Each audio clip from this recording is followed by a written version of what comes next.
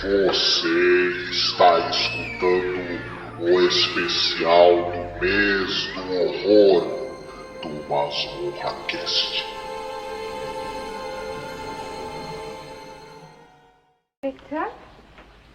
Are you there?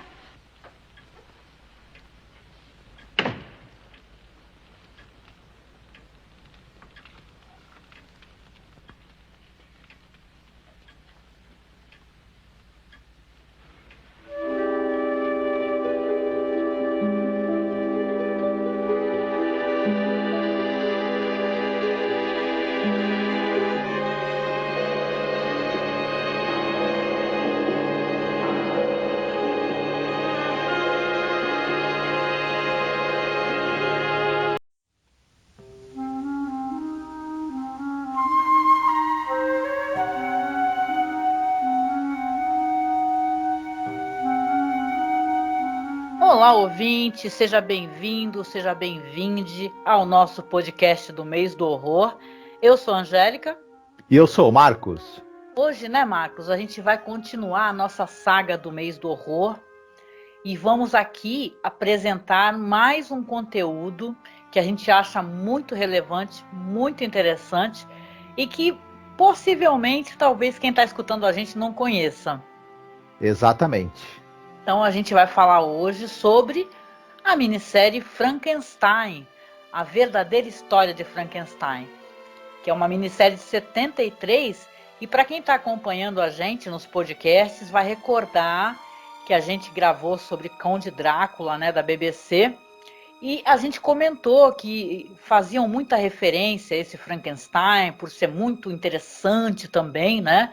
E a gente foi lá, conferiu, assistimos, já disponibilizamos lá no nosso canal no OKRU, diga-se de passagem, e resolvemos gravar sobre também, para poder trazer mais esse conteúdo aqui antes do podcast de Halloween, né? Sim, essa série chegou a ser exibida no Brasil pela Bandeirantes nos anos 80, mas há muito tempo que ela está fora da TV brasileira, tanto da TV aberta quanto da TV fechada, e como você mesma falou, o pessoal mais jovem certamente não conhece, mas ela é um material maravilhoso, interessantíssimo, e que o pessoal deveria procurar conhecer, que vai ter uma experiência muito boa. Agora a gente facilitou nesse sentido, né? Porque que nem a gente fez com o Conde Drácula, a gente colocou lá no nosso canal. Então vai ficar linkado aqui dentro da publicação, seja no YouTube ou aqui no nosso site, né? Ou então lá no Anchor, que também dá para colocar links. E você confira, porque eu acho que você vai gostar muito, porque ela é reconhecida, e isso é bem interessante, porque aconteceu com o nosso podcast anterior, como uma das obras que realmente inspiram o que o livro da Mary Shelley quer dizer, né? Que tem várias histórias do Frankenstein, muitas são maravilhosas, referências, símbolos, ícones, né? Quem não recorda aquelas imagens maravilhosas do Frankenstein, da Universal, ou a noiva do Frankenstein, o Frankenstein maravilhoso com o Peter Cushing, né? E o Christopher Lee. Então você tem aqui uma outra história que o mais interessante, na minha opinião, eu gostaria de puxar esse assunto contigo, porque aí a gente vai falar do produtor, vamos falar também de quem fez o roteiro, que é uma história que ela tem uma homoafetividade, é uma história queer, pode-se dizer assim, de Frankenstein, né? Sim, porque a gente tem o roteiro que é do Christopher Sherwood e do Don Bachardy.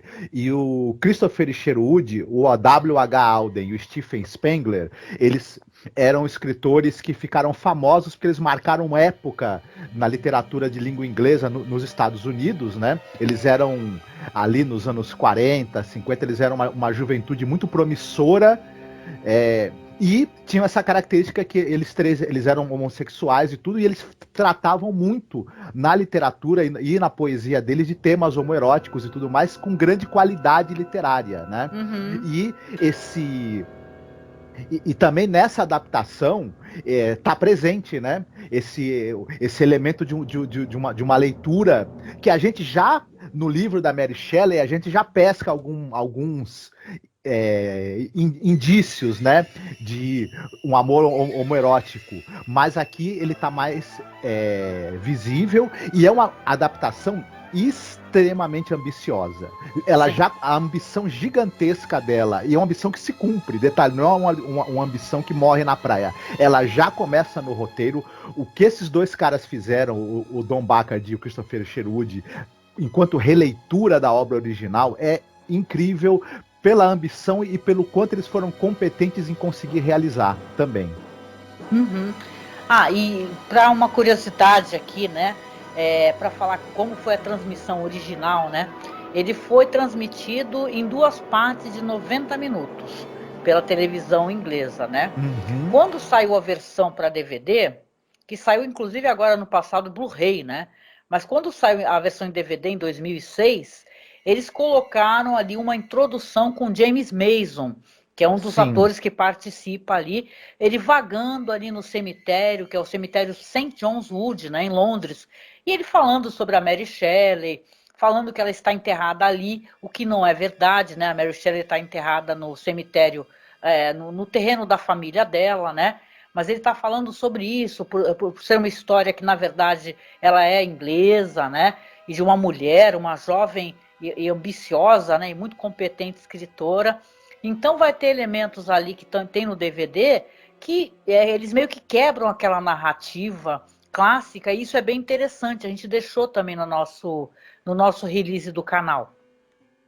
Que vale a pena, gente, você assistir, porque é isso que para mim tem uma graça nessa história.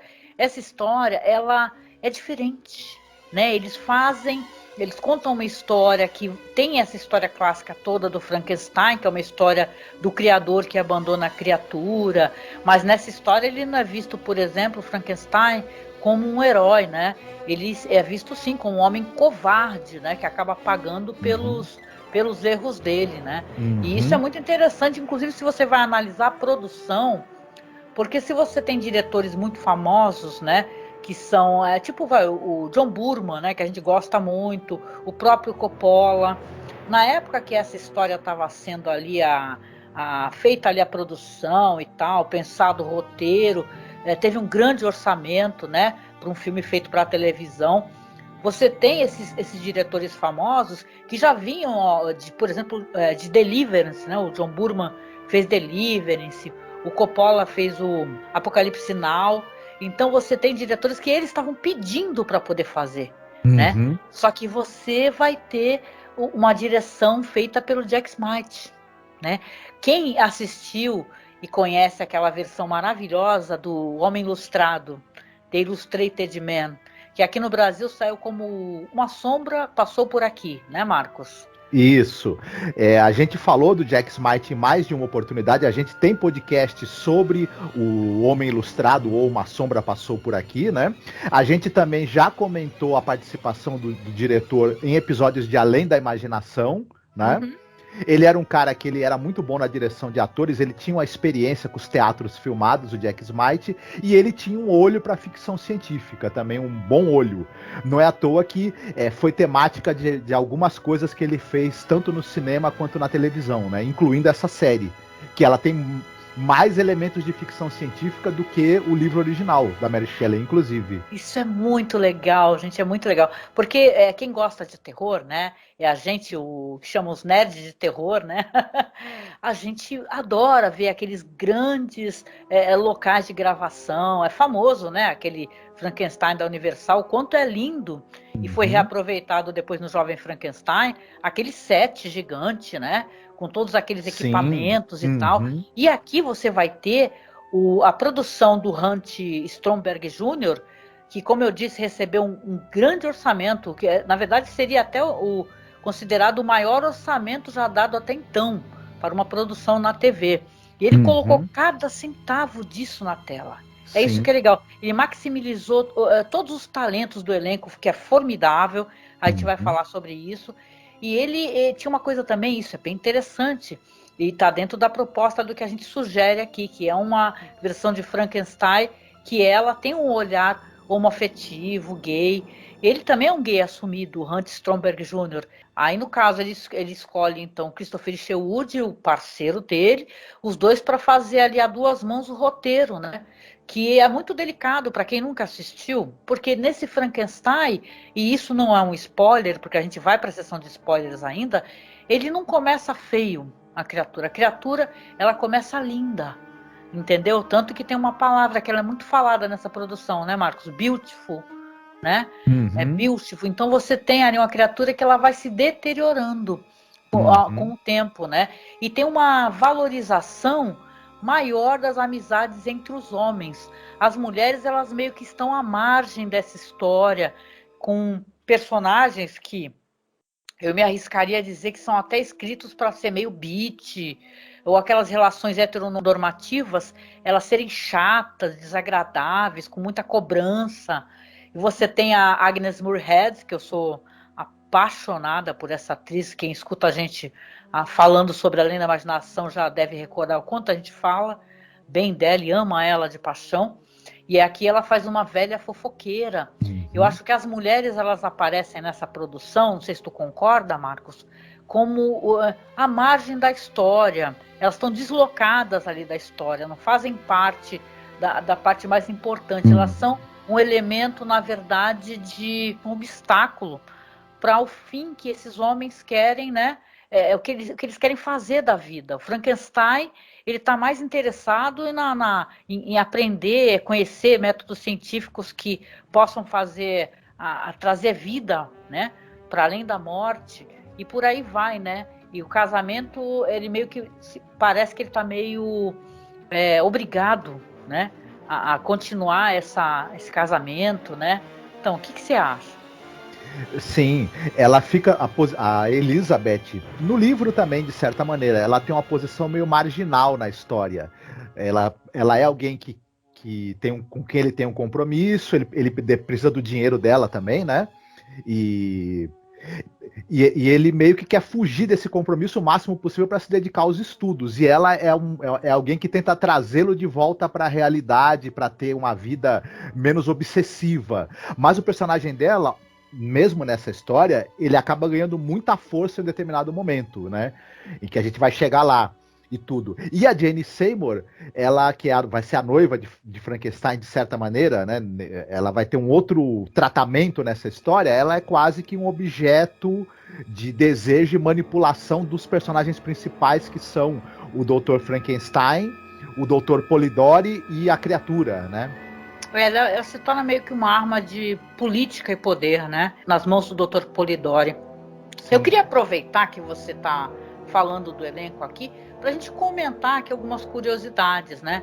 A começar, você já repara, para quem já leu o livro da Mary Shelley e tal, e conhece várias adaptações, temos aqui o Dr. Polidori. O Dr. Polidori é interpretado pelo James Mason. É um personagem maravilhoso, ele não está deslocado nessa versão de jeito nenhum, né? Ele é o cara que, inclusive, impulsiona a história para a tragédia, né? Que já é conhecida. E eu queria que você falasse um pouquinho sobre ele, que você deu uma estudada, as referências, né?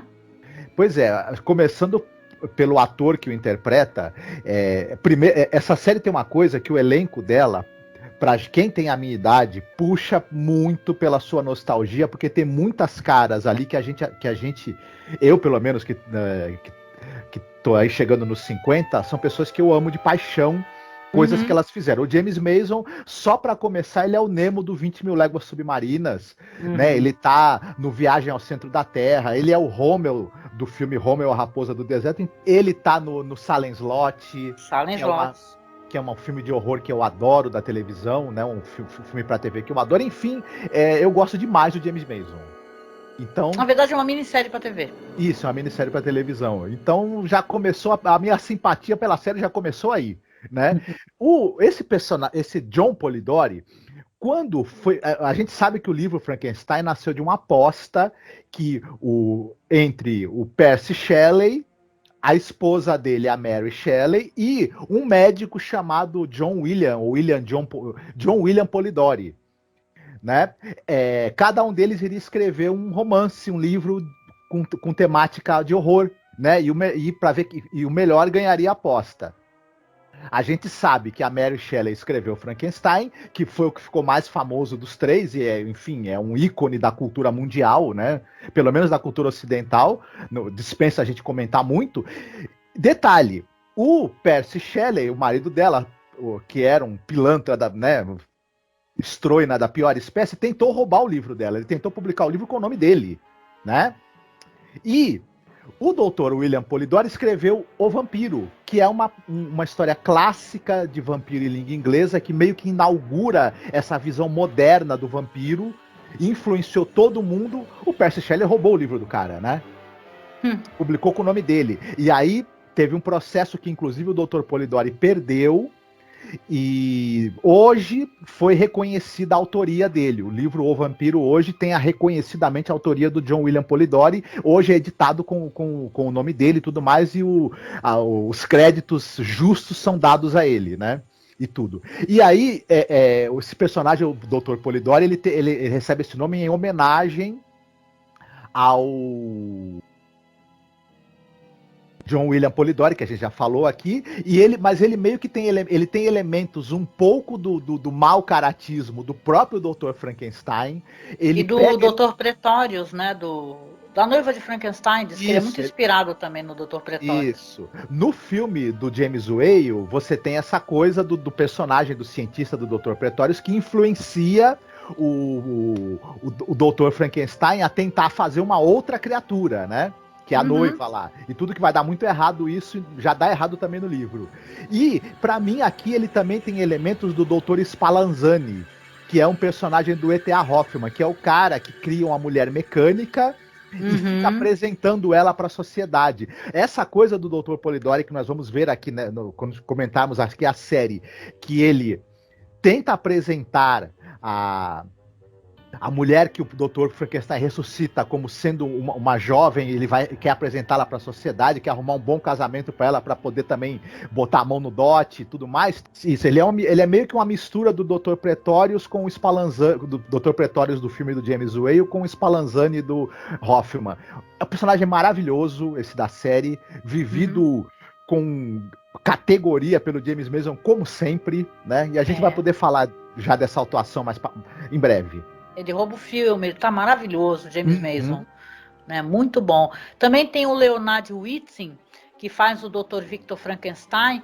Esse ator custou um pouco para mim. De nome eu até sabia, já tinha lido uma resenha que ele era o ator de Romeu e Julieta, do Zeffirelli. Só que ele tá um pouco diferente, né? Porque ele no Romeu e Julieta, ele fez esse papel 4 anos antes de fazer esse filme aqui em 73. Mas ele tá diferente, ele tá com um ar um pouco mais duro, assim, ele envelheceu, né? E eu achei muito interessante quando eu fui pesquisar um pouco sobre o Leonard Whiting, né? Que ele é conhecido por Romeu e Julieta e é uma pessoa que, não sei, ele começou no teatro, né? Ele tinha uma banda de rock, foi interpretar aquele personagem Oliver, né? Foi meio descoberto ali, se apresentando com a banda dele, né?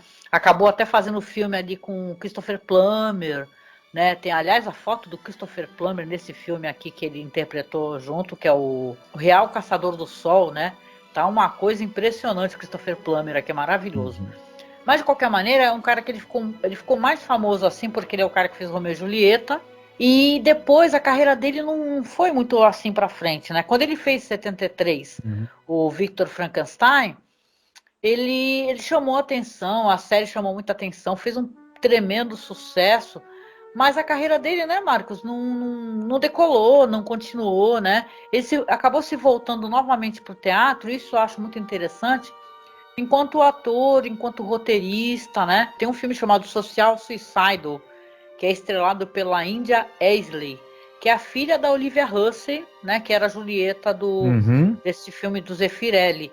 E aí, no caso, eles acabam se reencontrando, tanto a Olivia Hussey como o Leonard Whiting, né? Ficou meio bloco, assim, de por onde andará, né? O Leonard Whiting, né? Mas ele tá ótimo fazendo esse Frankenstein, que, como eu disse, mostra ele pelo que ele é. Ele não é um herói dessa história, entendeu? Ele não é alguém que você fica, assim, apiedado, dele fala assim, nossa, tadinho. Não, ele é um covarde. entendeu? Ele só não é um vilão, assim, mas ele é uma pessoa fraca, visivelmente fraca, e isso é interessante, porque se você tem aquele Kenneth Branagh, por exemplo, né? Vamos botar uma versão ao lado da outra, vamos fazer essa brincadeira, como a gente fez com Drácula de Bram Stoker, você tem o Frankenstein de Mary Shelley. E aí, cara, você vê o quanto você consegue simpatizar pelo Kenneth Branagh, né? E tal. É uma produção que você entende ele como herói, talvez. O que você acha? Exatamente.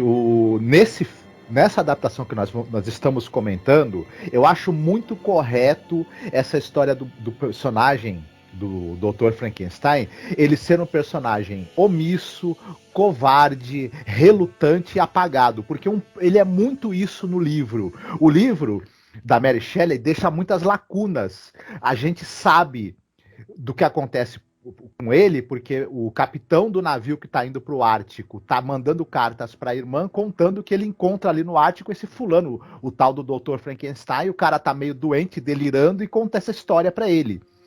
A gente intui. O livro é muito sobre o medo que o Dr. Frankenstein tem do que a criatura vai fazer com ele e com a família dele. Ele o tempo todo ele é um medroso no livro. Ele é uma figura apagada. E muito justamente nessa série, o Christopher Sherwood ele entendeu muito bem esse personagem, na minha opinião. Então ele é um cara meio que, de certa forma, ele é segundo plano na história. Ele nunca é o protagonista. Ele é alguém que se deixa levar, que é meio que dominado por personalidades muito mais fortes e dominantes do que a dele na história. E aí não dá para simpatizar com ele. A gente até torce para que não aconteça o pior com ele, mas dado o quanto ele é omisso e covarde e relutante, a gente sabe que vai acontecer o pior, né? E é muito bom isso. Eu achei que ele é muito bem feito, esse personagem, e muito bem desenvolvido aqui nesse roteiro. Olha, concordo demais contigo, viu? E falando também, porque é legal, gente, eu sou apaixonada por ela.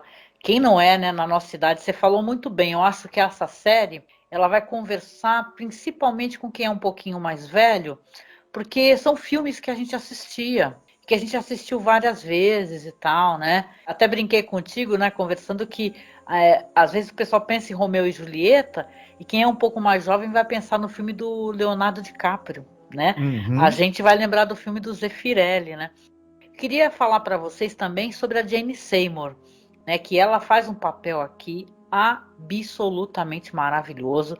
Se tivesse assim uma enquete assim de noivas de Frankenstein, eu colocaria com certeza a Jane Seymour lá para cima, porque aqui ela faz a prima, né, que era a Agatha. Antes a gente vai explicar, né, que é um papel diferente também do papel ali que a Mary Shelley escreveu.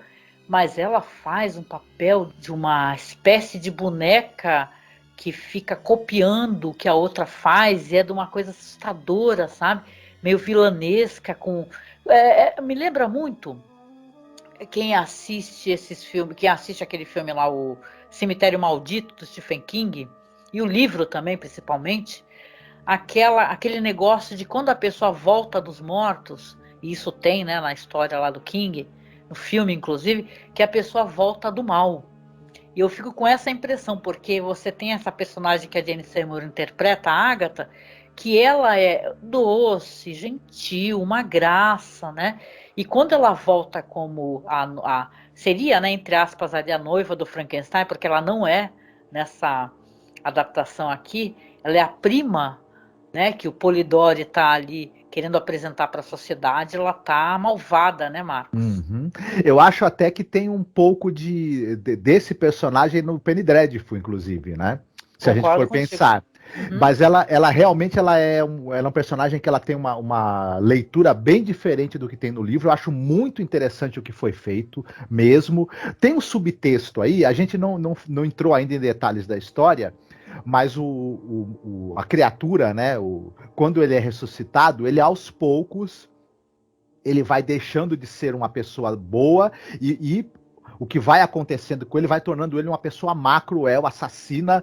E a gente percebe que esse personagem da Jane Seymour, que é a noiva, que ela também é a mulher que vai ser ressuscitada, ela aos poucos vai sendo corrompida e vai querendo se tornar má, manipuladora e etc.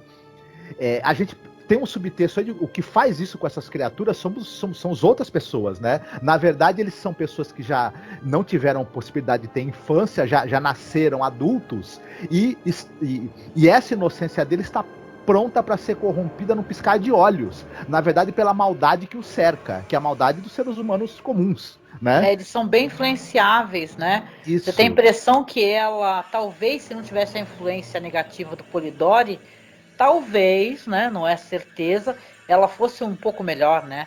Mas aqui ela mete medo, né? Ela é muito estranha a personagem, né? A gente vai falar sobre isso. Ela é um joguete, uma marionete que, nos momentos em que ela pode ter alguma autonomia, a gente percebe que ela está pendendo para o lado do mal. É um personagem muito interessante, muito curioso, e vivido por essa atriz, a Jane Seymour, que também é um rosto clássico de Hollywood e da TV americana também, né? De algum lugar no passado, né? Para quem não está associando o nome à pessoa. Sim, só para citar um exemplo de trabalho dela em algum lugar do passado, né? Já é o suficiente para ninguém esquecer mais.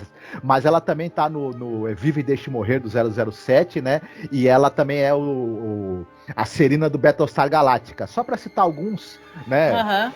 Trabalhos Não, e ela marcantes fez sucesso, para quem assistia na Record, tinha aquela série Doutora Queen. Sim. Né? Ela fazia uma série que ela era uma médica, assim, na época do faroeste, né? E ela fez muito sucesso, e essa versão não assisti. Ela interpretou a Maria Callas numa minissérie sobre o Onassis. Então você tem em 88 ela interpretando a Maria Callas. Ela é um rosto muito marcante. Hoje em dia, se você vai no Instagram da Jane Seymour, ela é uma beldade, assim, ela é uma mulher lindíssima, né?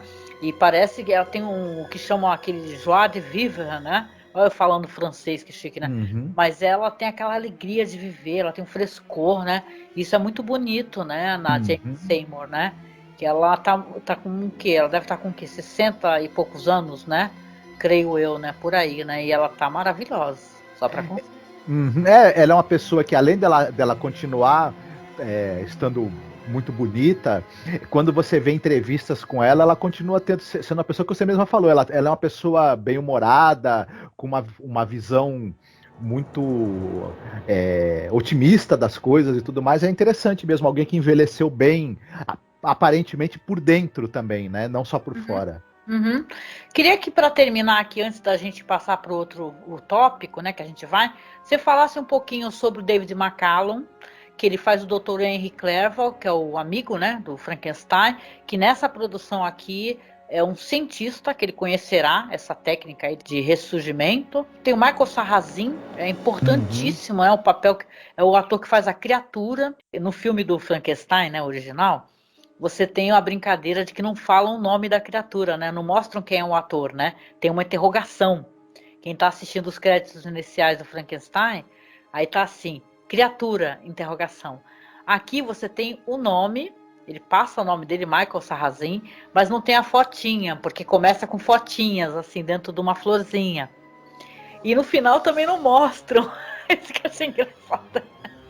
O Michael Sarrazin não aparece a fotinha dele junto com dos outros atores que aparecem nas aberturas ou nos créditos finais, né? Então achei isso divertido. Tem esses atores aí, como eu falei, tem a Agnes Moorehead, tem o David McCallum e tem a Clarissa K. Mason, né? E aí, você quer comentar um pouquinho sobre esses atores?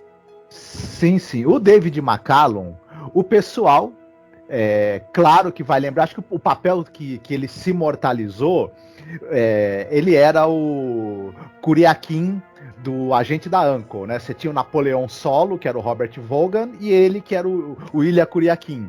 E, enfim, essa série muito sucesso, uma série que marcou muita época, exibida também no Brasil. Ele também era daquela série que passou no Brasil, O Homem Invisível. Ele é o Judas Iscariotes da maior história de todos os tempos, e ele era uma cara quase que onipresente na TV americana nos anos 70, 80. Ele participou de muita coisa, de muitas séries, muitos filmes, enfim, aquele eterno loiro com aquele cabelo meio Chanel, com aquele rosto muito característico dele, de aquela cara de bom moço que ele tinha, né? Então, enfim, é um sujeito, um ator muito... Ele era um ator também de muita a atuação dele era de muita qualidade, ele era um excelente ator, né? E também eu gostei demais da participação, além de trazer essa coisa da nostalgia, que é um rosto que acompanhou a minha juventude vendo filmes e séries na televisão, eu adorei a atuação dele nessa série também. Ele provou mais uma vez que era um grande ator, né? A gente tem a Nicola Paghetti, que faz a Elizabeth, que ela é uma atriz de origem egípcia, e o papel mais famoso dela, além dessa série, é na série dos anos 70, da Ana Karenina, da BBC, que é a versão, uma das mais elogiadas, né? Uma das adaptações mais elogiadas, e ela foi uma das melhores Anas Kareninas que você teve aí, adaptadas para o audiovisual. Enfim, e eu acho que nessa série também aqui da Frankenstein, a história verdadeira, ela também mostra que ela é um monstro atuando. Pra mim foi um dos papéis que eu achei, foi uma das melhores atuações que teve nessa série, na minha opinião. Apesar do personagem dela ser um tanto quanto secundário na trama, ou até bem secundário, a hora em que ela entra em cena e que ela começa a atuar, ela rouba a cena de tal maneira que você não consegue olhar para mais nenhum outro lado que não seja pro dela, né? Ela é realmente uma figura impressionante. A criatura é vivida pelo Michael Sarrazin. Esse cara, ele é um ator de origem canadense e ele começou no cinema ali no meio dos anos 60, mas ainda nos anos 60 ele fez alguns filmes importantes, A Praia dos Desejos, A Noite dos Desesperados. Ele era um cara que ele tinha uma formação muito sólida, é um ator que estudou no Actors Studio, e ele era uma figura impressionante, era um cara de 1,90 m, com aqueles enormes olhos, né, amendoados, famosos, e aqueles lábios finos. Então ele era uma figura que logo chamou a atenção. Ele participou de séries como O Homem da Virgínia, por exemplo. Ele tem uma longa carreira na TV americana, a participação em 1 milhão de séries que você possa imaginar, em filmes também famosos, mais nos anos 60 e 70. Depois ele vai para a televisão e até ele morrer, ele continua atuando na TV, né? Em tudo série que você possa imaginar. Um baita de um ator, e era uma figura importante também. Ele trabalhou com grandes atores e atrizes aí nos anos 60, 70, né? Mas é uma figura que ficou meio esquecida. Quando ele passou para a televisão, ele fazia papéis em séries não tão famosas e o pessoal não lembra muito dele. Ai, caramba, que pena, né? Ele também, outra coisa, ele é o Peter Proud daquele filme de terror maravilhoso que é A Reencarnação de Peter Proud. Olha, eu acho que eu não assisti. É um clássico do terror dos anos 70, filmaço, e ele é o protagonista, né? Então quem gosta de horror vai lembrar dele com certeza também desse filme. Ah, que maneiro, que maneiro. Pô, eu queria, antes da gente ir pra parte que tem spoilers, né? Só mencionar mais uma coisa que eu acho isso bonito e eu acho interessante.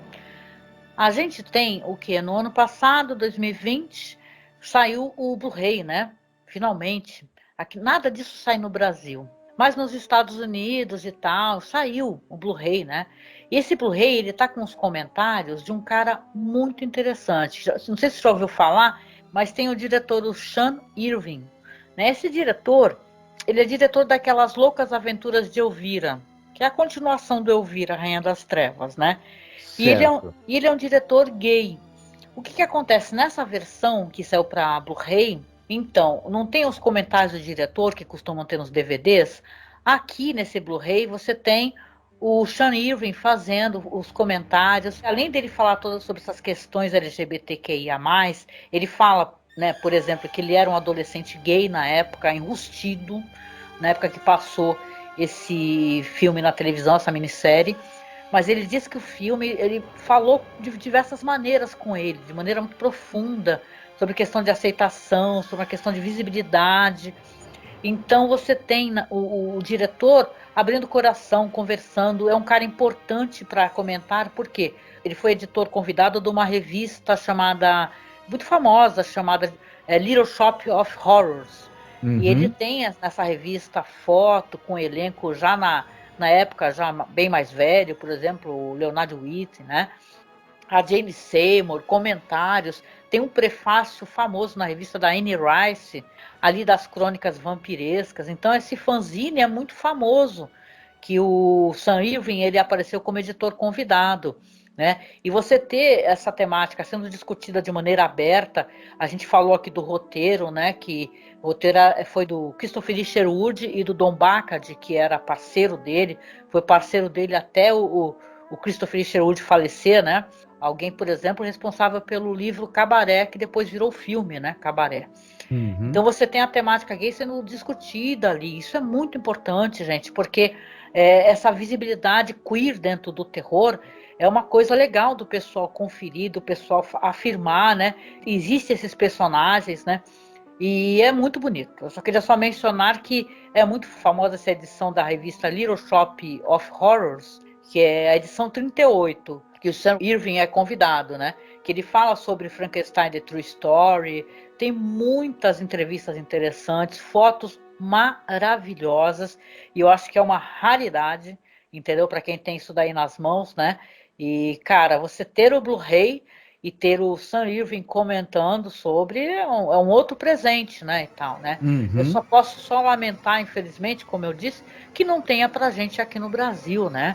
Porque a gente com certeza gostaria de ter um DVD com várias entrevistas, com Sam Irving falando, com a Jenny Seymour, com os atores, os que ainda estão vivos. Pois é, infelizmente a gente tem dificuldade em ter acesso a esse material e também muitas vezes, quando são lançados, agora está melhorando um pouco, mas quando são lançados DVDs no Brasil desse tipo de obra, você não tem os mesmos extras que você tem lá fora, né? O material de extras acaba sendo aquele bem mirrado, bem pobrinho, né? E então o público fica meio órfão, né, dessas coisas. É uma pena. O público aqui no Brasil, infelizmente, né? Sim, sim.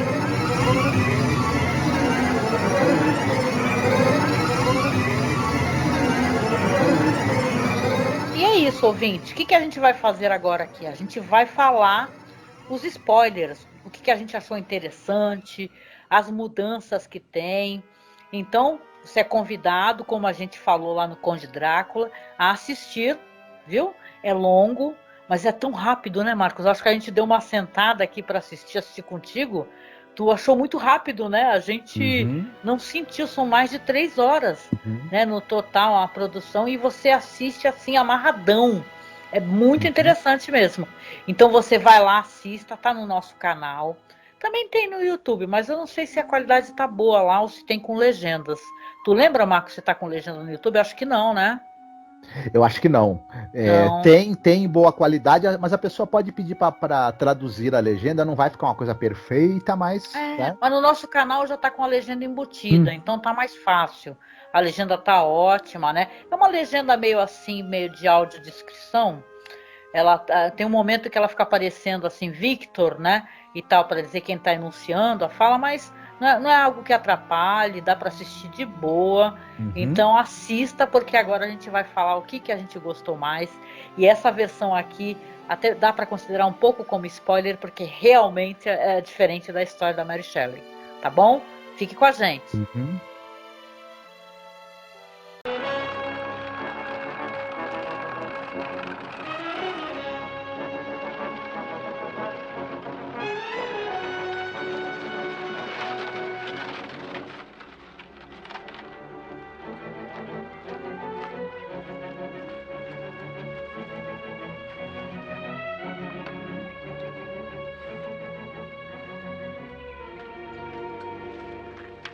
May I ask you your name, sir?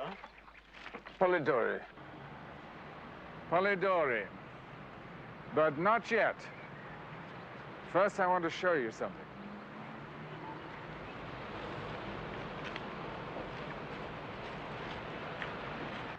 I dare say that most of you, when you saw your first Frankenstein film, assumed that it was a totally Hollywood creation.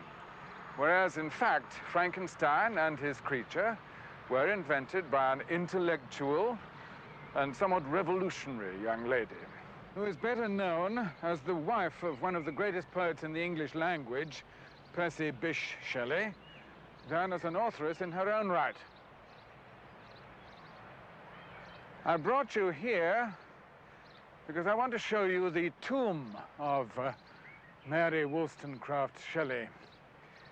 I think you'll enjoy the film much more if you bear in mind that it was a 19-year-old girl of good family who first breathed life into Frankenstein's creature. She will shock you with her horrific fancies. Go on, touch it.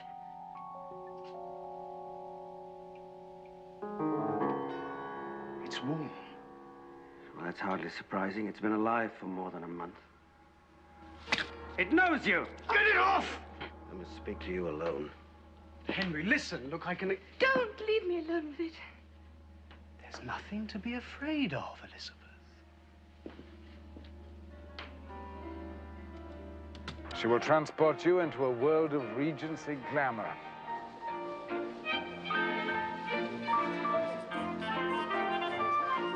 To a world of danger and excitement.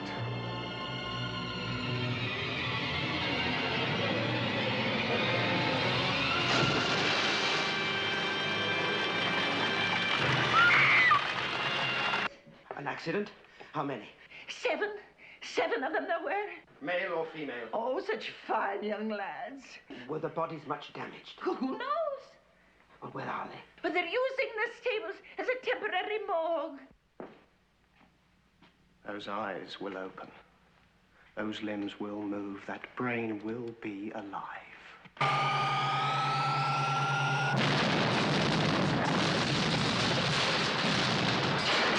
Scenes of rare beauty, such as when Prima, the female creature, is brought to life.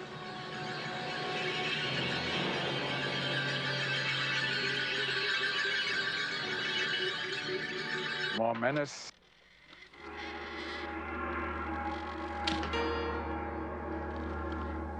No, never! My experiment, as you call it. I shall regret that for as long as I live.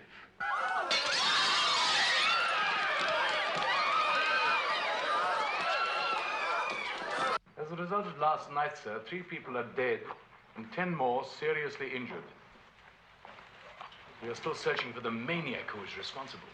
You think you've got us all in your power. You have incriminated us. But I warn you, Polidori, I no longer care what happens to me. I am going to stop you. Victor! This is our chance. It's in there. With him. What? No, wait! More adventure. Help me! Help me! Victor! That man is your worst enemy. Leave him to his fate!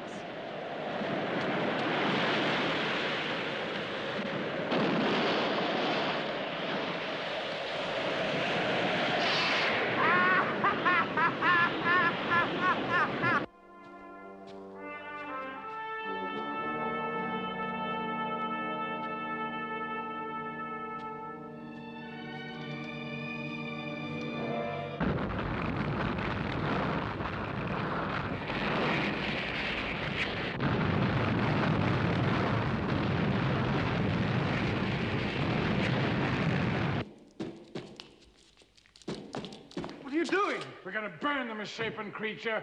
Burn, traitor! Burn Henry Cloverell! You want to get rid of him just as much as I do, you hypocrite. Out of here.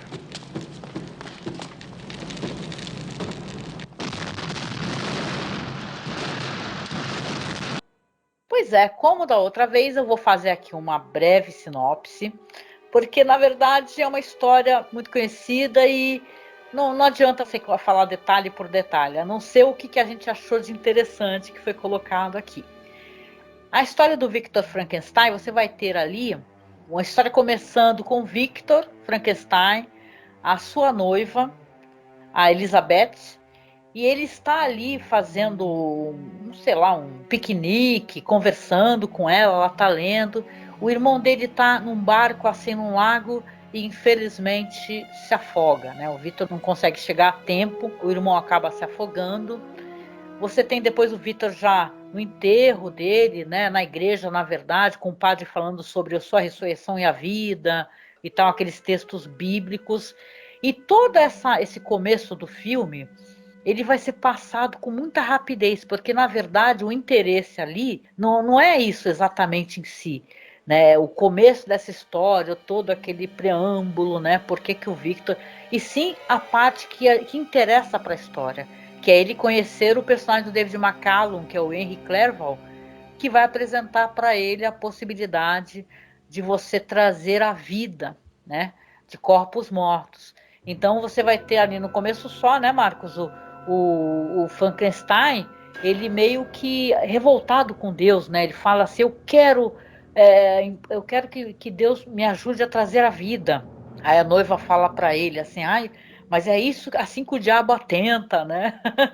Esse começo é meio de passagem, né? Meio só para mostrar o que aconteceu e não passar em branco, né, Marcos? Sim, mas olha, esse começo, ele tenta estabelecer essa obsessão que o personagem do Victor Frankenstein tem em vencer a morte, em usar a ciência para tentar recriar a vida. Mas é muito importante. Esse é um roteiro muito bem amarradinho, muito bem costurado. Nada que os personagens façam deixa de ter uma razão e um background psicológico para aquilo. Então, o Christopher Sherwood e o Don Bacard, eles foram muito precisos e muito detalhistas. E aí, essa introdução acaba sendo importante mais para frente, porque meio que é o solo onde a obsessão do Dr. Frankenstein vai florescer, né? Essa coisa dele não ter conseguido salvar o irmão, né? A impotência. Tem versões, né? Isso é interessante, que mostra o Frankenstein perdendo a mãe, por exemplo, né? Eu acho que a versão, se eu não me engano, de Penny Dreadful é assim, né? Ele vê a mãe dele agonizando, né? Com uma doença pulmonar. Tem versões que no caso é um cachorro, já vi isso, né? E tal. Você tem várias interpretações do gatilho, né? Qual foi a perda do Frankenstein para que ele resolvesse ir para esse lado, né? São duas perdas, a mãe, né, na história oficial clássica, e em seguida ele perde o professor que é o mentor dele também, né? E aí essas duas perdas acabam gerando a obsessão dele, né, em vencer a morte. Então, o engraçado é que você tem esse personagem aí, né, na história, o Henry Clerval, né? Porque na história que é mais conhecida em outras adaptações, ele é um amigo, né, do Frankenstein, depois inclusive alguém que junto com a noiva dele vai atrás do Frankenstein, que ele sumiu. Aqui ele é retratado enquanto um cientista, né? E daí que você vai vendo que essa história, ela não se presta a fazer ali um copia-cola do que é conhecido da história da Mary Shelley, sim contar uma nova história a partir dali, porque esse personagem é um misantropo, né? É um cara que ele não consegue, inclusive, conviver com as pessoas de maneira fácil, né? O David Kellum está interpretando ele como um cara que, inclusive, não suporta a noiva do Frankenstein, né? Quando ela vai lá visitá-lo. E aí a gente tem essa coisa, como você mesma disse, né? Ele é um personagem muito enigmático. Ele é uma pessoa que não gosta de companhia humana, né? Principalmente de companhia feminina, e ele é um absorto nesse... E é interessante isso, porque o Frankenstein, o Dr. Frankenstein, ele tem essa coisa de querer vencer a morte, só que a gente enxerga ele como um cara jovem demais para ter todo o conhecimento necessário. O Christopher Sherwood e o Bacard, eles acertaram essa questão, essa lacuna que tem no roteiro. Na verdade, ele continua o trabalho de um cara mais experiente, com mais recursos do que ele, com muito mais tempo, que já estava pesquisando. Ele pega a pesquisa do cara no meio, ele vira assistente do cara. E quando o cara morrer, que é o que vai acontecer, ele vai completar, né, esse passo que falta. É interessante porque é introduzido o elemento de que ele se utiliza de energia solar. Tem uma ciência e uma ficção científica nessa produção que ela é muitíssimo fascinante. É impossível não ficar fascinado, porque você vai ter ele convidando o Frankenstein, né? O Frankenstein, ele socorre uma pessoa que sofreu um acidente, um cara que está prestes a perder o braço, e é até engraçado, porque o Dr. Clerval, ele vai falar assim, ai, que braço maravilhoso, porque ele já está de olho no braço do cara que se acidentou para poder fazer as experiências dele, né? E você vai ter esse trabalhando, porque você tem muito isso na história nas adaptações que tem da Mary Shelley, de você trabalhar com energia elétrica, né? Energia que vem dos raios, né? Mas aqui vai ter energia solar. Achei isso muito fascinante. Vai ser energia solar que vai impulsionar a vida nessa criatura. Eu queria, só antes da gente sair dessa questão aqui do Dr. Henry Clerval e do Polidori, que você está falando disso, né? Que a gente vai acabar descobrindo que esse Henry Clerval ele roubou, sei lá, se apropriou, né? Não sei, da pesquisa do Dr. Polidori, que vai voltar a aparecer na história. E aí que eu queria trazer a questão gay, que eu acho isso interessante colocar. E não é de jeito nenhum uma coisa que seja demérito assim para a história, porque tem uma visão gay desse negócio da parceria. Se você for pensar que o Christopher Isherwood e o Don Bachardy, o Christopher já era um homem bem mais velho, começar por aí, eu acho que 30 anos mais velho que o Don Bachardy. E ele conheceu o Don Bachardy quando ele era um jovem de 18 anos de idade. Se você vê que as fotinhas, né, eu vou até deixar clicado aqui um texto muito legal que eu estava lendo sobre os dois, de um blog chamado como é que é? Gay Influence. Você tem ele conhecendo numa praia da Santa Mônica, o Don Bachardy, e ele é um cara bem mais velho. Então, se você vê um ao lado do outro, isso que foi chocante na época, entendeu? Que parece que ele é mais jovem do que é o Don Bachardy. Então, ficou aquele negócio, tanto que o pai, né, do Don Bachardy ficou 15 anos sem falar com ele. Depois acabou virando um amigo do Christopher Isherwood e tudo, mecânico dos carros dele, né? Eles tinham amizade, mas no começo gerou muita polêmica, porque achavam que ele era um cara assim, sendo com um homem bem mais jovem, mas o Don Bachardy já era um cara de mais de 18 anos, né? Então teve muito preconceito, né? E isso é interessante porque, se você vai ver, ele coloca essa questão aqui na história de certa maneira, né? Visando toda essa polêmica e o escândalo que foi a relação deles, que eles passaram toda a vida deles, né, com esse negócio de, por que você tá com um homem tão mais velho que você, né? Você tem o Dr. Polidori, que é um cara mais velho. Sim. E o Henry Clerval, ele abandonou o Dr. Polidori, levou a pesquisa dele, e depois, mais para frente, encontrou o Victor Frankenstein, que era mais jovem também do que o Henry Clerval, para se juntar como o mentor, né?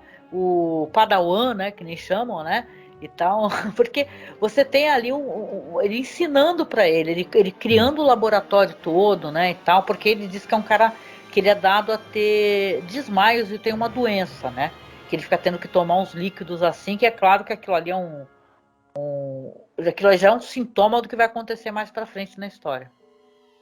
Pois é, como você mesma disse, né? A gente fica imaginando que possivelmente o Polidori e o Clerval eram um casal que trabalhava juntos, desenvolviam a pesquisa juntos, mas tinham uma relação a mais. O Henry Clerval rompe com o Dr. Polidori, mas acho que não é nenhuma questão dele ter roubado a pesquisa do cara. Eles começam a divergir, porque é muito interessante isso nessa história. Há uma discussão sobre as possibilidades. Eu posso usar energia solar, eu posso usar energia elétrica, pode ser química, né? Os banhos químicos utilizados para tratar os corpos, para depois. Tem toda essa discussão. Além disso ser discutido em palavras, também é mostrado. E é imageticamente muito interessante todo esse tratamento de como seria esse processo para juntar partes de corpos, formar um novo corpo e trazer de volta à vida essa criatura. A série ela tem tempo, né, para entrar nessa discussão, e é muito bacana ver isso. É verdade, concordo contigo, ouvindo você, concordo mais agora contigo, porque realmente eu acho que não é nem uma questão, eu falei de maneira incorreta, dele roubar ou não, e sim a divergência científica, né, que eles têm e acaba afastando os dois, né? Isso. Sim. Aí a gente imagina que eles romperam, né? O Polidori e o Clerval romperam também, a relação que talvez eles tivessem mais íntima, e aí o Clerval, já mais velho, se encanta também por esse jovem, o Dr. Frankenstein. Ele se encanta pela curiosidade dele, por eles terem juntos essa vontade de vencer a morte, né? Através da ciência, vencer as limitações humanas, meio que brincar de Deus um pouco também, óbvio, né? Mas a gente também percebe que pode haver ali uma atração física também o Dr. Clerval. Ele é um cara em si mesmado, misantropo, mas por dentro, né, ele talvez tenha já vivido uma relação, né, já com o Polidori, e ele também se encanta pela juventude e pela beleza do Dr. Frankenstein. A gente intui isso, né? Sim, sim. A palavra beleza e beautiful e lindo é uma coisa que vai permear essa história, que diferente de outras histórias que a gente vê a criatura sendo assustadora desde o começo, essa é uma criatura que ela vai se deteriorando. E eu acho que isso é muito importante. O Sam Irving, uma das coisas que ele fala nessa produção no Blu-ray, né, que ele comenta, que é o que a sociedade cobra, né? E até essas relações, pressão, sabe, da sociedade pela juventude, pela beleza, pela perfeição, a cobrança da comunidade LGBT por homens mais bonitos e tal. Então é interessante essa visão toda. Sim. Colocar. E a gente imagina, e aí o Dr. Frankenstein, como você mesma falou, quando ele fizer a criatura, ele também se encanta pela beleza da criatura. No fim, esses personagens, esses três homens aí, o Dr. Polidori, o Dr. Henry Clerval e o Dr. Frankenstein, talvez pela própria sociedade em que eles viviam, eles não podiam viver abertamente a sexualidade deles, né? E isso tudo também acaba estando ali permeando essa história. E é muito interessante essa camada, muito mesmo, assim. É interessante que a história original ela tem muitas lacunas, mas o Sherwood e o Bachardy, eles pegaram esse esqueleto e preencheram com carne, e é carne de primeira, em termos literários falando, literariamente falando, né? Eles conseguem deixar a história, e eu acho que isso é muito importante. Você tem uma história que eles estão entendendo exatamente o que quer ser discutido aqui, né? Você tem esse personagem aí do Clerval que ele vai fazer o laboratório com Victor Frankenstein, só que ele morre. E antes de colocar o cérebro, então você não vai ter aquela piada ótima, né? Que você tem isso no Jovem Frankenstein, ou até no clássico mesmo do Frankenstein, que vai colocar o cérebro, como é que é? Abnormal, né? Um cérebro anormal. Você vai ter o cérebro de um gênio, como é na versão com o Peter Cushing e o Christopher Lee, né? Que ele acaba matando o professor velhinho, né? E para roubar o cérebro. Então vai dar a entender que aquele cientista, o cérebro daquele cientista que vai para o Frankenstein, ele é escolhido por ser uma pessoa muito inteligente. No caso do Peter Cushing, ele mata o professor. Mas aqui você tem um professor, ou mentor, como você queira chamar, morrendo. E ele se apropriando do cérebro dele para continuar. E o mais legal nessa história também, eu acho, é que você vai ter essa criatura falando como se fosse o professor, né? No momento que o Polidori confronta ele, né? Ele falando assim: responda aí, Henry, responda. E a criatura hipnotizada, porque esse Polidori hipnotiza as pessoas, ele vai responder como o mentor, né, do Victor Frankenstein: me ajude, que estou deteriorando e tal. A gente não chegou nesse ponto ainda, né? Mas essa primeira parte, essa primeira parte da história, até ter esse desfecho aí que o Frankenstein ele vai acabar abandonando a criatura, né? Tem toda essa questão dele ser um homem lindo. Ele vai falar: nossa, você é lindo. Ele fala beautiful, né? E a criatura fala beautiful. Ela repete o que o Victor Frankenstein fala. E tem aquela amizade, né? Aquele companheirismo. Ele leva a criatura pro teatro para poder assistir às óperas, veste uma roupa linda nele, e ele tá meio apaixonado pela beleza da criatura, né, Marcos?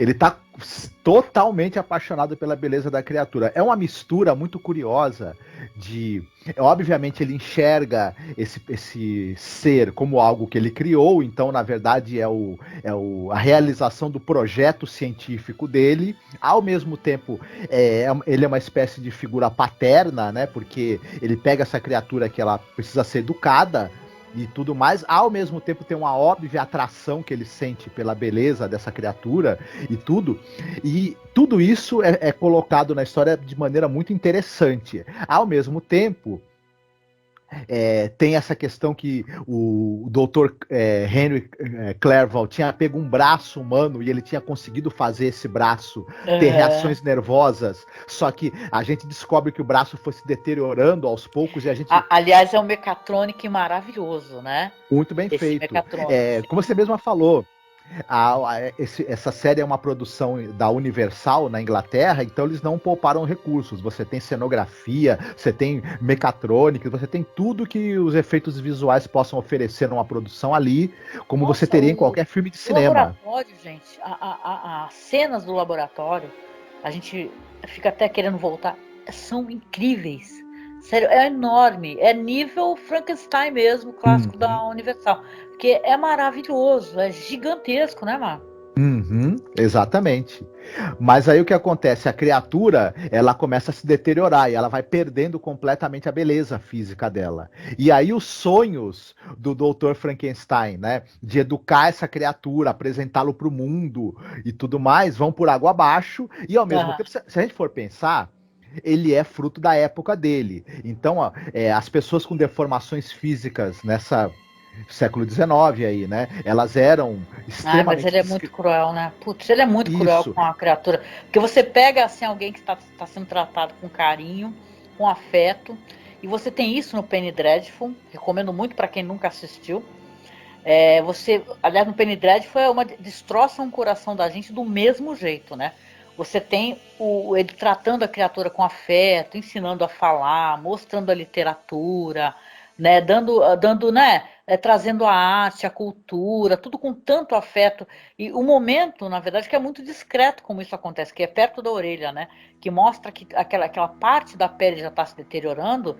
Nossa, ele já muda o comportamento de um jeito. Sim. É de uma crueldade, né? Eu fiquei muito chocada com a crueldade desse Frankenstein, como ele mostra, como ele é cruel com a criatura, sabe? E o Leonard Whiting, ele é um ótimo ator. Porque ele é maravilhoso. Ele imediatamente, aquele encanto que ele transmitia com o olhar, ele fica com um olhar duro, indiferente. Ele é aquele cara que ele se torna do momento pro outro aquele pai que só mantém o filho por obrigação, tolera, mas tem uma hora que ele grita, fala assim, sente-se, seu maldito. Aí a criatura até repete ele, né? Porque ela mimetiza as coisas que ele faz ou que ele fala, e vai ter isso depois mais pra frente, de outra maneira, mas ele repete, fala, sente-se, seu maldito. Ele vira pro Frankenstein e fala.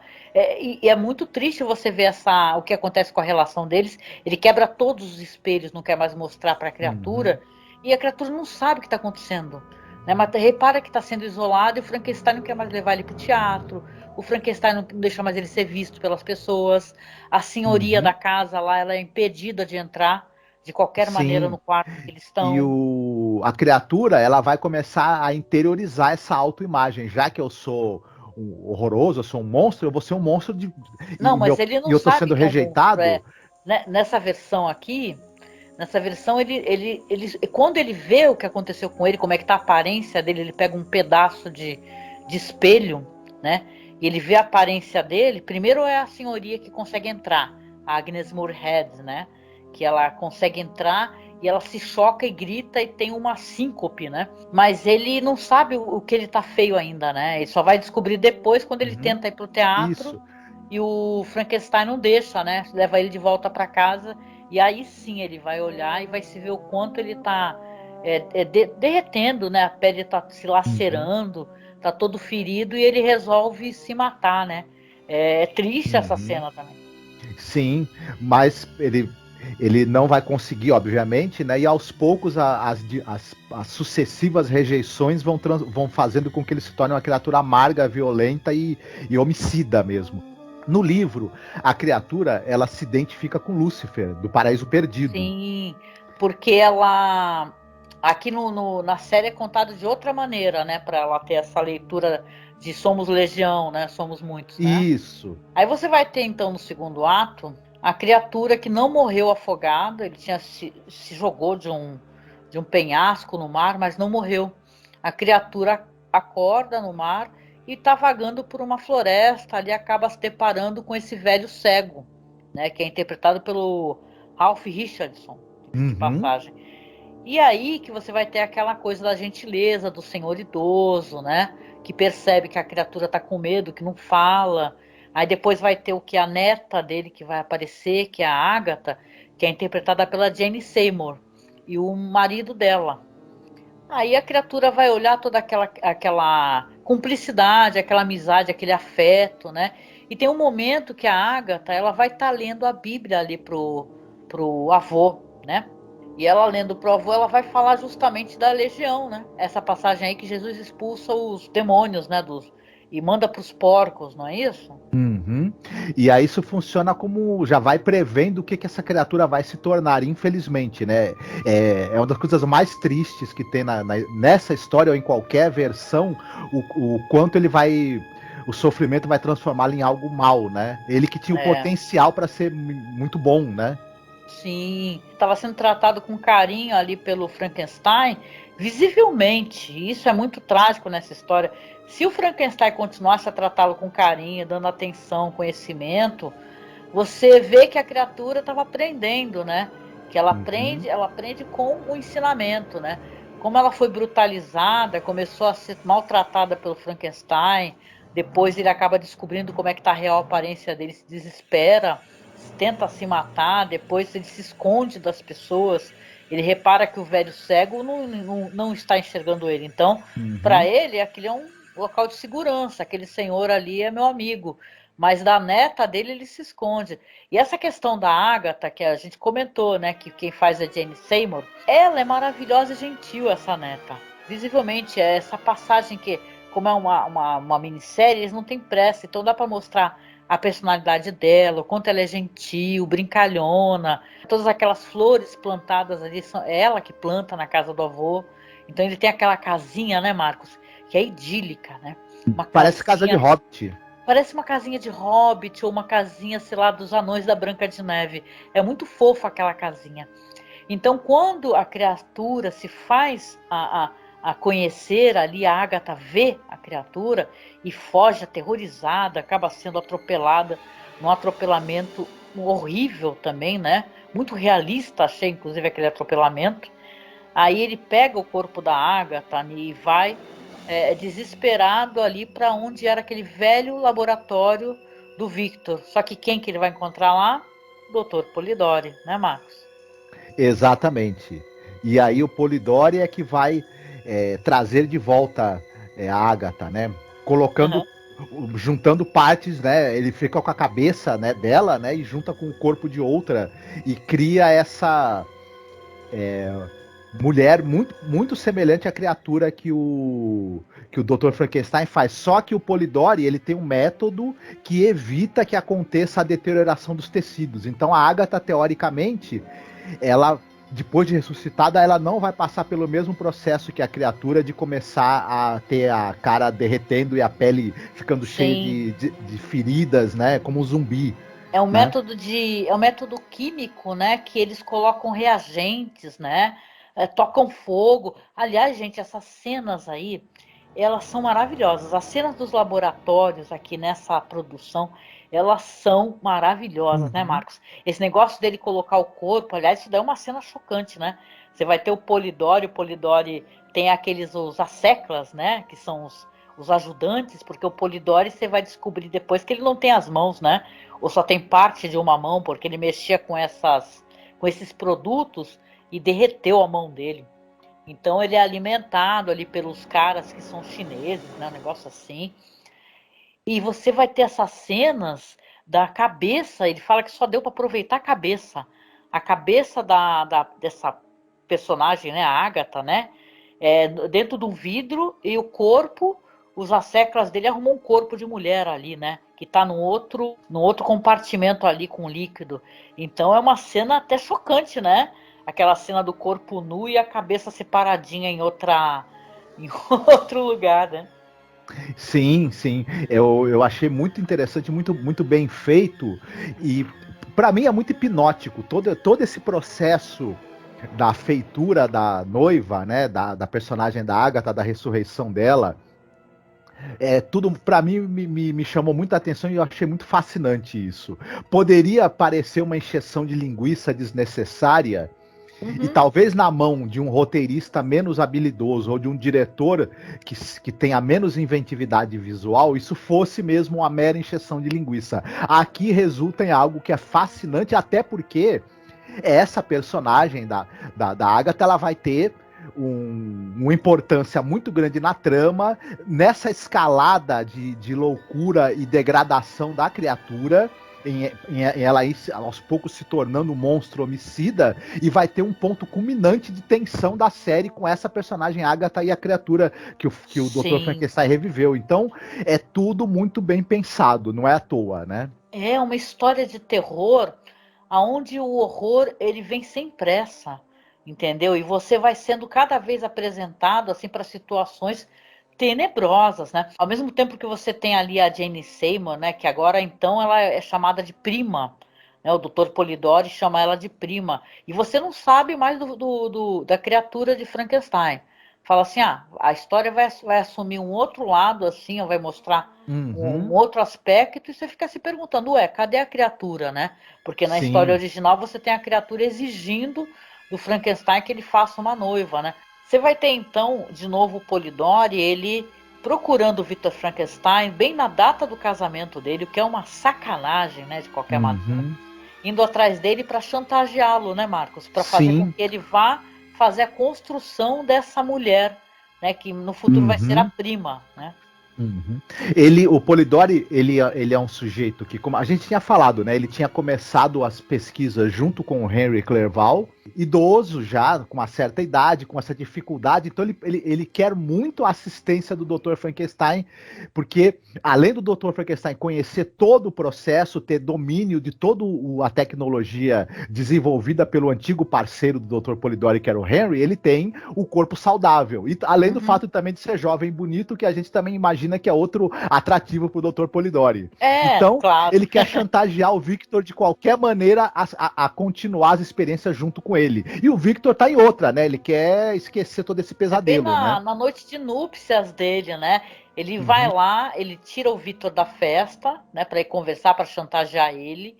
Aí ele acaba convencendo, né? Ele mostra que a criatura tá ali na carruagem, né?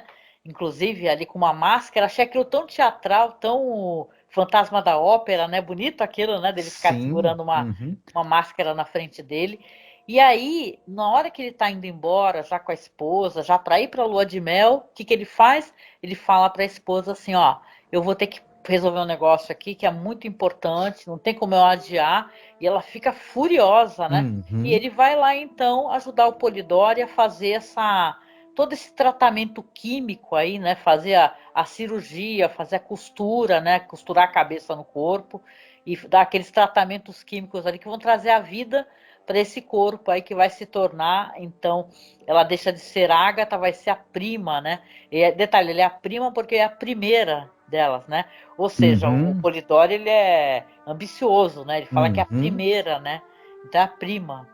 Sim, tem essas eternas ligações aí de a criatura ser Adão, a prima ser a Eva, e esses caras estão brincando de Deus, e tudo isso também é muito... E o resultado de você abandonar, né, o ser que você trouxe à vida, né, e tudo isso vai também sendo... Essas metáforas estão presentes ali no subtexto, nos vários subtextos que essa história, sobretudo essa adaptação, tem, né? Poxa, e o terror, né, ele se implanta de uma maneira muito interessante, porque você vai ter ali o Frankenstein que saiu, então ele conseguiu criar essa mulher linda, maravilhosa, aí foi encontrar a esposa, quando ele volta meses depois da lua de mel para casa dos pais dela, né, porque dá a entender que ele reside na casa dos pais dela, junto com ela, o que ele descobre? Que o Polidori está frequentando lá, que ele já é um amigo muito querido ali da mãe, né, da sogra do Frankenstein, que curou as dores de cabeça dela, porque ele é um hipnotista, né? Então ele hipnotizou ela, curou as dores de cabeça dela, tá indo com a criatura de Polidori, vamos colocar assim, né? A criatura que eles fizeram, que é a prima lá, e inclusive tá querendo apresentar, que é a ajuda deles para apresentar a prima para a sociedade, porque ele tem ambições ali com ela, ele quer que ela faça um bom casamento e tal, E o que ele fala, e isso é bem interessante na história, fala para ela ficar o tempo todo imitando Elizabeth, a esposa do Frankenstein. E aí a história, ouvinte, vai para um lado assim absolutamente assustador, porque eu acho muito assustador essa sequência aí com a Jane Seymour. E o desfecho, então, gente, não precisa nem mostrar, isso que é interessante, não precisa nem mostrar o gore, já fica absolutamente horrorizado, sem mostrar. Não, e é interessante, olha, o que é um roteiro bem amarrado? A cabeça dela é a única coisa que restou da Agatha, né? Eles usaram o corpo de outra pessoa e uma das marcas que ela tem é aquela gigantesca cicatriz no pescoço, né? Pois o monstro lá, a criatura, vai matá-la justamente arrancando a cabeça dela. Olha, assim, é muito bem amarrada essa história. E nesse momento em que a criatura, no auge da sua fúria, né, entra no baile, agride todo mundo e arranca a cabeça dela, também é o ponto de virada em que definitivamente ele vai se tornar um ser maligno com vontades homicidas e vai passar a perseguir, né? É bizarro, né? Essa cena do baile. Nossa, o que é isso? Sim. Porque é tudo bizarro. Porque o Polidori, ele começa, tem a cena do baile, né? Que aí a gente já tá dando uma puladinha aqui. Tem a cena do baile, ele já tá falando tudo que ele tem intenção de fazer com ela, que ela vai ter um bom casamento, porque ele diz assim, mulheres solteiras não têm livre acesso a vários lugares, que ela faça um bom casamento, mas que depois ela já seja amante de alguém da realeza, de pessoas politicamente importantes. Ele tem um plano, né, de usar essa criatura para poder manipular a sociedade, a política, né? Ele é um super vilão. É. O Polidori e olha, ele é um personagem fascinante.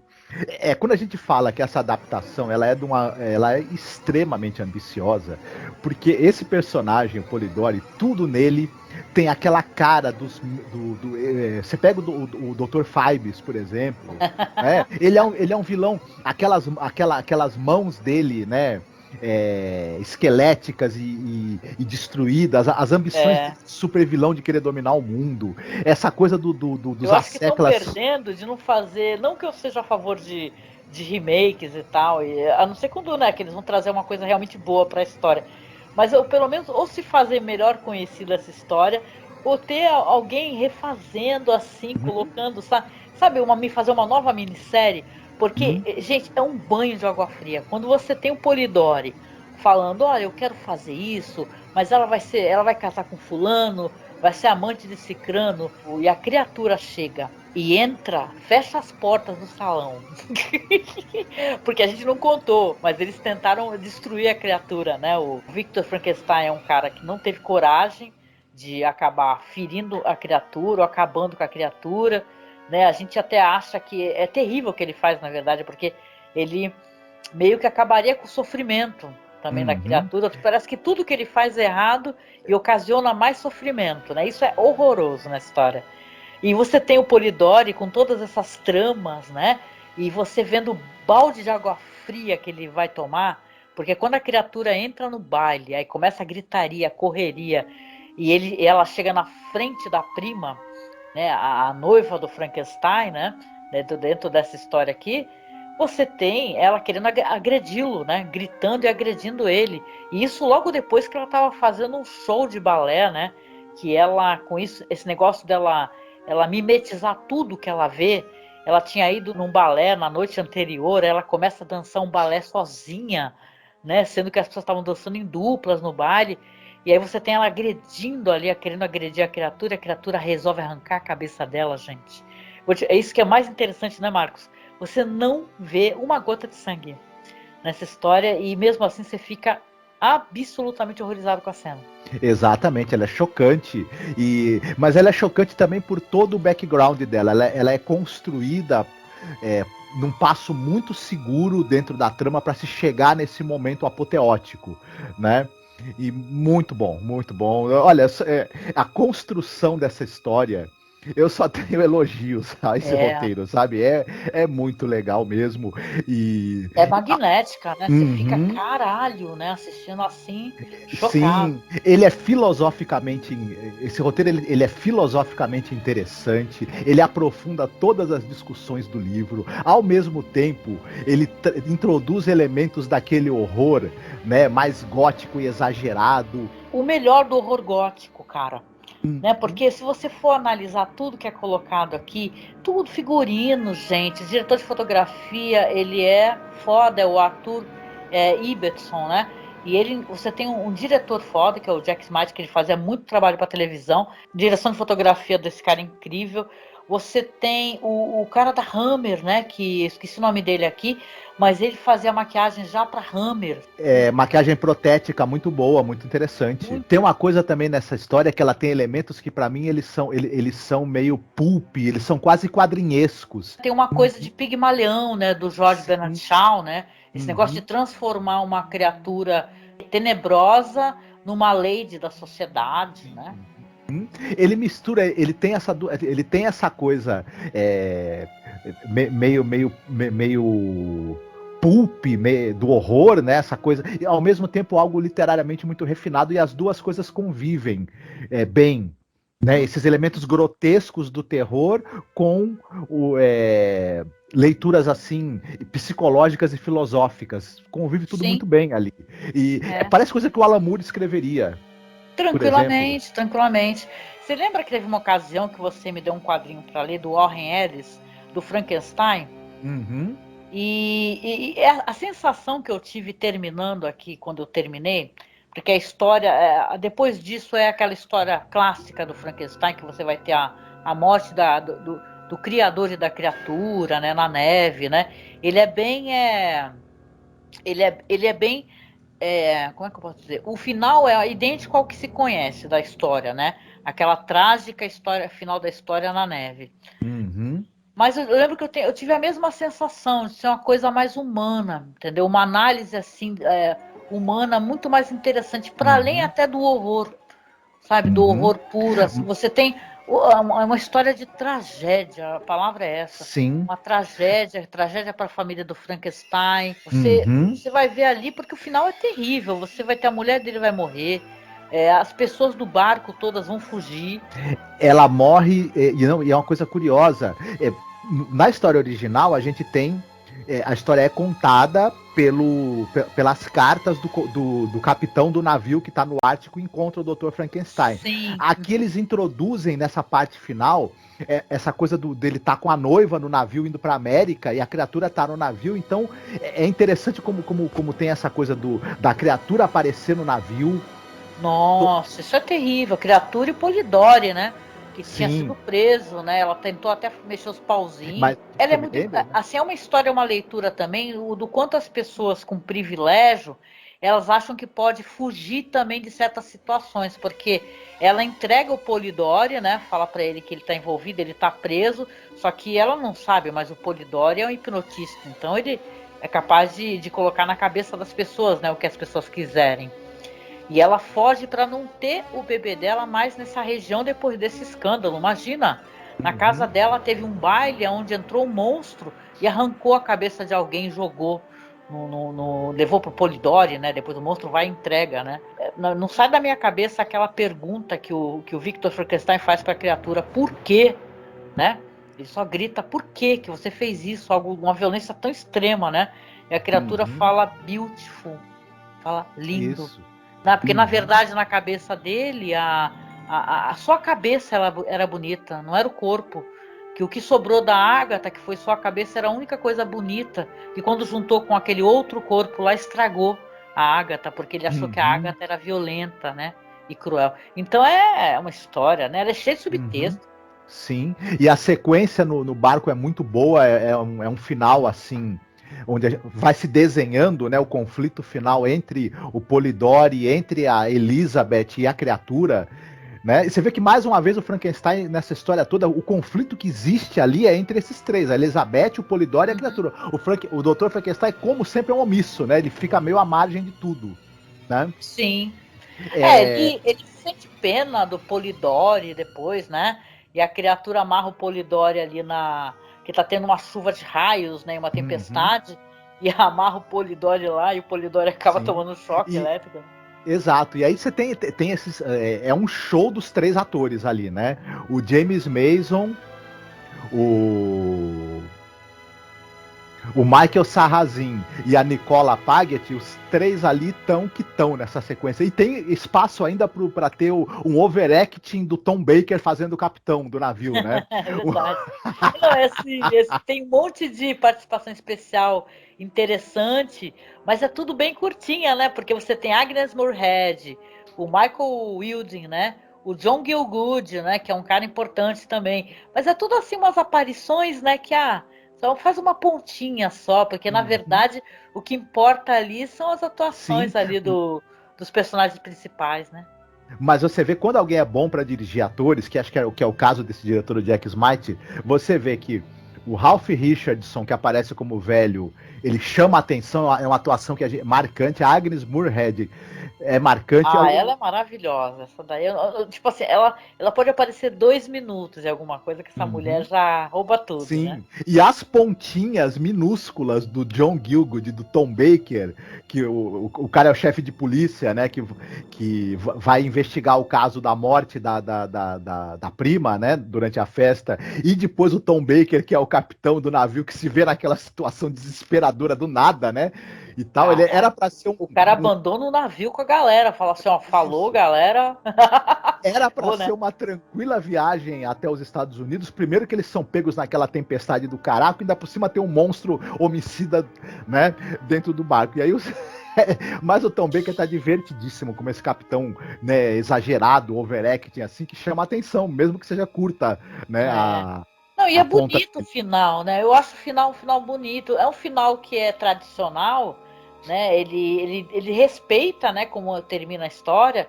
A criatura morre junto com o criador, mas eu acho bonito, né? Porque ele fala assim pra criatura, o Victor, fala, olha, o seu corpo é um corpo forte, que ele vai aguentar o frio independente de você querer continuar vivendo. O meu corpo não. O meu corpo é frágil, né? E ele começa a pedir perdão, ele fala bem alto, perdão, me perdoe. E aí vai vir aquela avalanche, né? O que dá a entender que cobre eles. E dizem, eu não vi esse recorte aí, mas quem sabe talvez tenha no Blu-ray, né? Vou ficar sonhando um dia ter esse Blu-ray nas minhas mãos, né? Que tem um final que foi colocado, foi gravado, mas não foi utilizado. Pelo menos nessa edição que a gente pegou aqui, nesse release. Que diz que mostra no outro dia a neve assim derretendo e tal, e aparece uma mão, né, segurando assim um pedaço de gelo, dá a entender que essa mão seria a mão da criatura, e essa mão se movendo, como se na verdade a criatura não morreu nessa avalanche toda, né? Então é um final que é muito, muito interessante, eu gostaria de ter visto isso daí, ter tido a possibilidade de assistir. Sim, mas de qualquer maneira o final que foi colocado nessa minissérie é um excelente final. Nossa, e a gente tá falando assim, aqui é a toque de caixa, porque é muita coisa interessante, né? A gente até quis chamar a atenção porque a gente gostou mais, viu, ouvinte? Mas, poxa vida, é sensacional mesmo.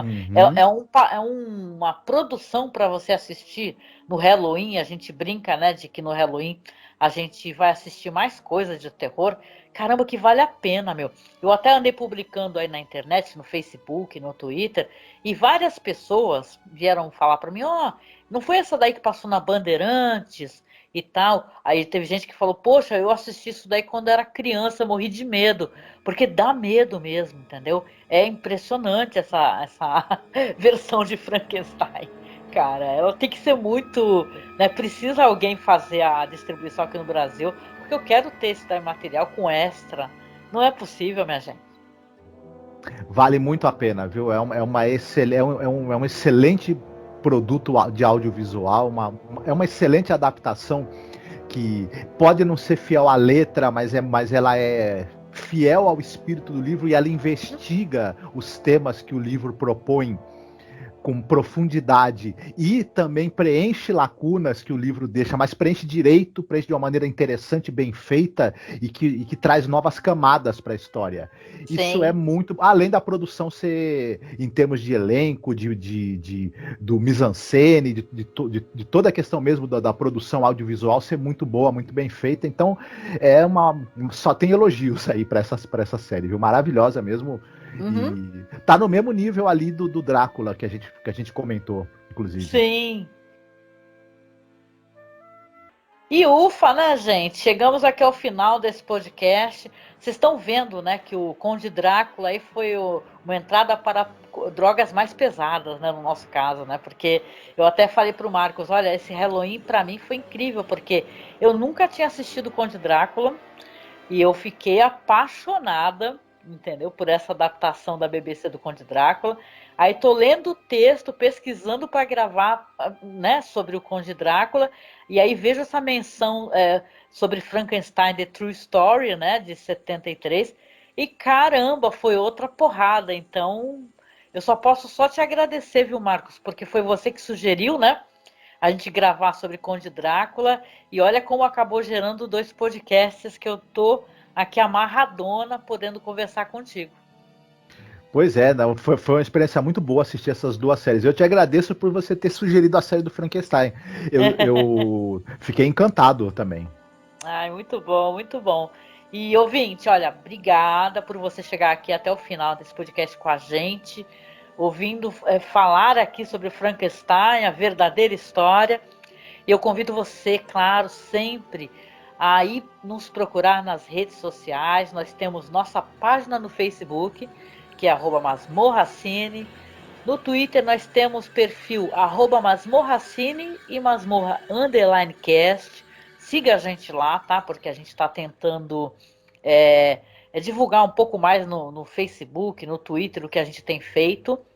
Temos o nosso canal no OkRu, gente. O OkRu, para quem não conhece, é uma espécie de Facebook russo, né? Como se fosse um Telegram, vamos colocar assim. Né? A diferença é que não é um aplicativo de celular, apesar de ter aplicativo do OkRu, viu? Para o celular também. Lá você consegue colocar filmes, séries, olha lá tem vários canais de clássicos. E a gente tem o nosso canal lá, que é o Cineclube da Masmorra. Nesse canal a gente coloca o que a gente vai falar, quando é possível.